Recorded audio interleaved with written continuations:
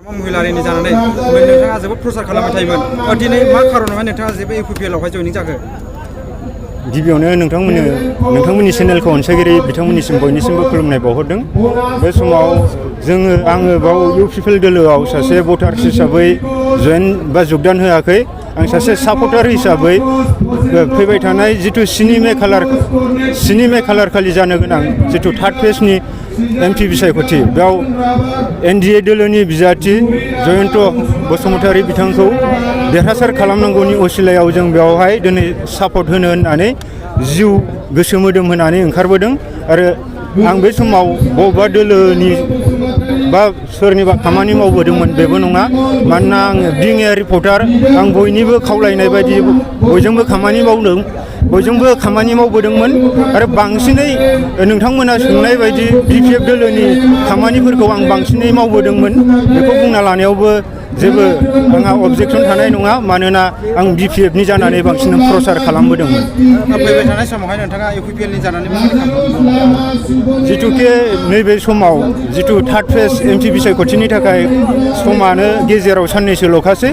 बेखिनि समाव जोङो जिथुके ससियेल मिडियानि गेजेरजों जोङो माखासे गोहोम खोख्लैनो हायो हिसाबै जों बे समाव बुंगोन जिथुके नैबे बुब्लियाव जोङो नुनो मोन्दों जों फिल्डआव गिदिंग्रा हिसाबै दिनै बिपिएफ दोलोआ हारसिङै नांदों। नाथाय बे जिथु नैबे 1 नं एसटि लकसभा समस्तियाव एनडिएनि बिजाथि बिथां जयन्त बसुमतारी बिथांखौ देरहासार खालामनो दिनै बिजेपि दोलो दङ, इउपिपिएल दङ, बिनिफ्राय एजिपि दं।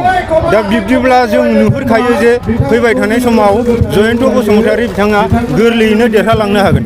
आरो उननि समाव जिथु बिटिसि बिसायख'थि बा काउन्सिल बिसायख'थिनि खोथाफोराव जों बैफोरखौ बुंहरनो हायो जे सरकारा दिनै रुलिं गभर्नमेन्ट, बे रुलिं गभर्नमेन्टनि थाखाय दिनै सरकाराव फैफिननाया गोरलै जायो बा सोरबा अपोजिसनाव थानायफोरनि थाखाय बे जोबोद गोब्राब जायो।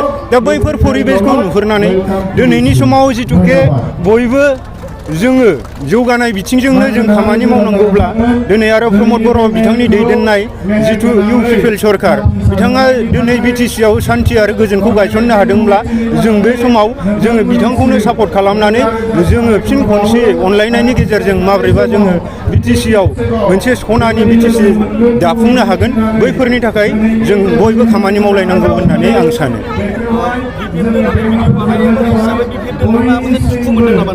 बिपिएफ दोलोनि सायाव बेबायदि दुखु मोननाय गैया। खिन्थु पार्टिकुलार भाबै जुदि जों बुंनो थाङोब्ला जों जिथुके अट'प्रट' बिपिएफनि जानानैनो खामानि मावबोनाय, खिन्थु खैफोद आफोदनि समावबो जे नोङो सोरनिबा थाखाय खैफोदनि समाव नों गसंथेयाब्ला आरो जों बिथांमोनखौ जोङो जिउ देहा मोदोम होनानै देरहाखांहोनायनि उनाव बिथांमोना एमएलए एमपि जाहैनायनि उनाव बा सरकार दाखांनायनि उनाव जों बिथांमोननिफ्राय मा एक्सपेक्ट खालामनो हायो बिथांमोना जे गावसोर देरहाखांनायनि उनाव जों बायदिखौ नायफिनगोन होननानै।